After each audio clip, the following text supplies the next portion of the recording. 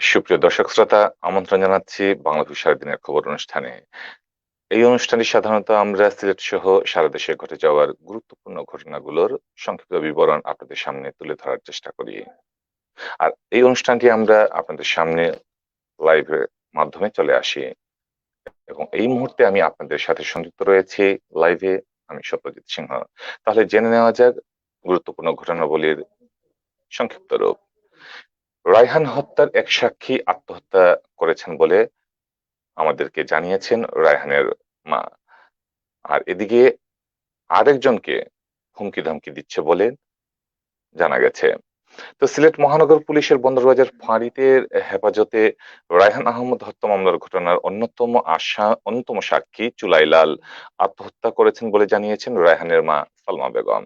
এছাড়া আরেক সাক্ষী হাসানকে সাক্ষ্য না দিতে হুমকি দেওয়া হচ্ছে বলে অভিযোগ করেছেন তিনি।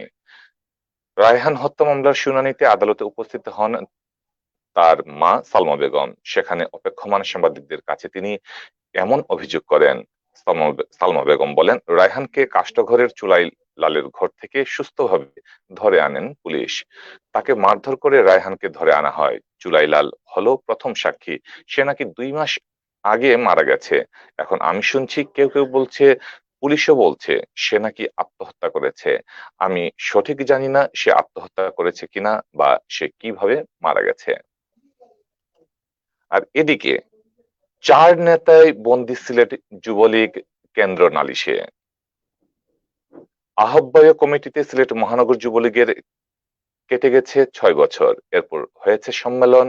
প্রত্যক্ষ ভোটে নির্বাচিত হয়েছিলেন সিলেট জেলা ও মহানগর যুবলীগের সভাপতি ও সাধারণ সম্পাদক পদে। সেই সম্মেলন শেষে পার হয়েছে আরো 2.5 বছর। গত 8.5 বছরে মহানগর যুবলীগের পূর্ণাঙ্গ কমিটি আলোর মুখ দেখতে পারেনি এখন পর্যন্ত। মহানগরের চেয়েও শোচনীয় অবস্থা ছিল জেলা যুবলীগের। 2003 সালে জেলা কমিটির ঘোষণার পর অতিবাহিত হয়েছে দীর্ঘ 16 বছর। 2019 সালে 16 বছর পর হয় ওই ইউনিটের সম্মেলন। সম্মেলনে প্রত্যক্ষ ভোটে সভাপতি, সাধারণ সম্পাদক নির্বাচিত হলেও গত 2.5 বছরে পূর্ণাঙ্গ কমিটি গঠন করা হয়নি।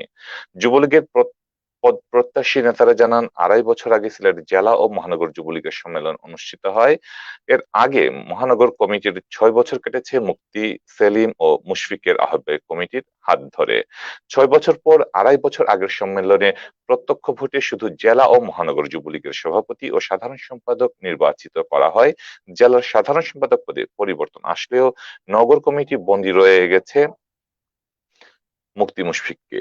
এরপর থেকে শীর্ষ 4 নেতাকে কেন্দ্র করে চলছে সিলেটের যুবলীগের কার্যক্রম, এরকম অভিযোগ উঠে এসেছে।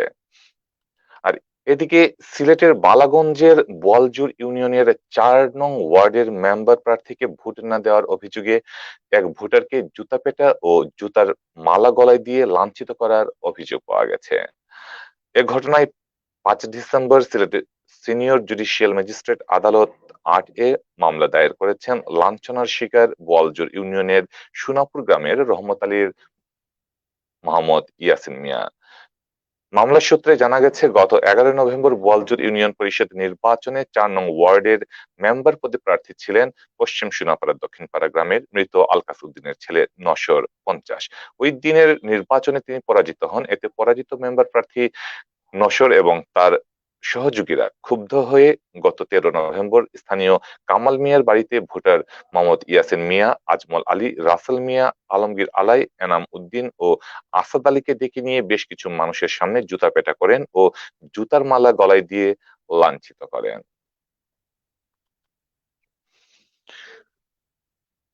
এদিকে করোনা ভাইরাসের নতুন ধরন ওমিক্রন মোকাবেলায় এ মুহূর্তে দেশের সীমান্ত বন্ধের কোনো পরিকল্পনা নেই বলে জানিয়েছেন স্বাস্থ্যমন্ত্রী জাহিদ মালেক। তিনি বলেছেন, এই মুহূর্তে বর্ডার বন্ধ করার কোনো পরিকল্পনা নেই। দেশ ভালো আছে, নিরাপদেই আছে। আ- দুপুরে সাভার উপজেলা স্বাস্থ্য কমপ্লেক্সে বাংলাদেশ ইনস্টিটিউট অব হেলথ ম্যানেজমেন্টে BIHM নবনির্মিত ভবন পরিদর্শন শেষে স্বাস্থ্যমন্ত্রী এসব কথা বলেন। স্বাস্থ্য মন্ত্রণালয়ের এক প্রেস বিজ্ঞপ্তিতে এ তথ্য জানানো হয়েছে। আর এদিকে ভারতের সেনাদের ভুলে গুলি, নিহত 14 গ্রামবাসী। ভারতের উত্তর পূর্বাঞ্চলের রাজ্য নাগাল্যান্ডে সেনাবাহিনীর নির্বিচার গুলিতে রাজ্যের স্থানীয় জাতিগোষ্ঠীর অন্তত 14 জন ও নিরাপত্তা বাহিনীর এক সদস্য নিহত হয়েছেন। সেনাবাহিনীর দাবি, তাদের গুলিতে ভুলক্রমে এ প্রাণহানির ঘটনা ঘটে। দেশটির সরকারি ও সামরিক কর্মকর্তারা রোববার রয়টার্সকে এ তথ্য জানান। ভারতের কেন্দ্রীয় পররাষ্ট্রমন্ত্রী অমিত শাহ বলেছেন, গতকাল শনিবার গভীর রাতের এ ঘটনায় বেসামরিক লোক নিহত হওয়ার খবরে তিনি খুবই ব্যথিত হয়েছেন। আর এদিকে খালেদা জিয়ার চিকিৎসা নিয়ে আমাদের আইনমন্ত্রী বলেছেন, সুচিন্তিত সিদ্ধান্তে আসতে আমরা একটু সময় নিচ্ছি। বিএনপি চেয়ারপারসন খালেদা জিয়ার চিকিৎসার জন্য বিদেশে যাওয়ার আইনি কোনো উপায় আছে কিনা তা দেখা হচ্ছে বলে জানিয়েছেন আইনমন্ত্রী আনিসুল হক। আজ রোববার রাজধানীর বিচার প্রশাসন প্রশিক্ষণ ইনস্টিটিউটে এক প্রশিক্ষণ কোর্সের উদ্বোধনী অনুষ্ঠানে সাংবাদিকদের প্রশ্নের জবাবে আইনমন্ত্রী এসব কথা বলেন। খালেদা জিয়ার চিকিৎসার জন্য বিদেশে যাওয়ার আবেদনের বিষয়ে সাংবাদিকদের প্রশ্নের জবাবে আইনমন্ত্রী বলেন, আমাদের কথা হচ্ছে আইনের যেন কোনো ব্যত্যয় না হয়। আগে যেরকম করা হয়েছিল সেটা সঠিক, কিন্তু এখানে যখন অনেক আবেদন এসেছে, আইনজীবীদের কাছ থেকেও আবেদন এসেছে, সেজন্য কিছু করা যায় কিনা, সেটার কোনো উপায় আছে কিনা, সব দিক দেখেই এটার একটা সুচিন্তিত সিদ্ধান্তে আসাটা আমার মনে হয় সমীচীন। সেজন্য আমরা একটু সময় নিচ্ছি। গত 20 নভেম্বর আইনমন্ত্রী আনিসুল হক বলেছিলেন, খালেদা জিয়ার চিকিৎসার জন্য বিদেশ থেকে যত বড় চিকিৎসক তারা আনতে চায় তা আনতে পারে, এতে সরকার কোনো বাধা দেবে না। গত 13 নভেম্বর থেকে খালেদা জিয়া রাজধানীর এভারকেয়ার হাসপাতালে ক্রিটিক্যাল কেয়ার ইউনিটে চিকিৎসাধীন আছেন। তিনি তিনি লিভার সিরোসিসে আক্রান্ত। চিকিৎসকেরা জানান, তার চিকিৎসার জন্য গঠিত আমি আবার বলছি, চিকিৎসকের জন্য গঠিত হাসপাতালের মেডিকেল বোর্ড অবিলম্বে তাঁকে বিদেশে উন্নত সেন্টারে নিয়ে চিকিৎসার সুপারিশ করেছে। খালেদা জিয়ার মুক্তি ও চিকিৎসার জন্য তাঁকে বিদেশে পাঠানোর দাবিতে গত 25 নভেম্বর থেকে বিএনপি ও এর অঙ্গ সংগঠনগুলো 8 দিনের কর্মসূচি পালন করেছিল। সুপ্রিয় দর্শক শ্রোতা, এই ছিল আমাদের কাছে সর্বশেষ সংবাদগুলোর গুরুত্বপূর্ণ সংক্ষিপ্ত বিবরণ। আমাদের সাথে থাকার জন্য আপনাদের সবাইকে অনেক অনেক শুভেচ্ছা জানিয়ে বিদায় নিচ্ছি। ধন্যবাদ।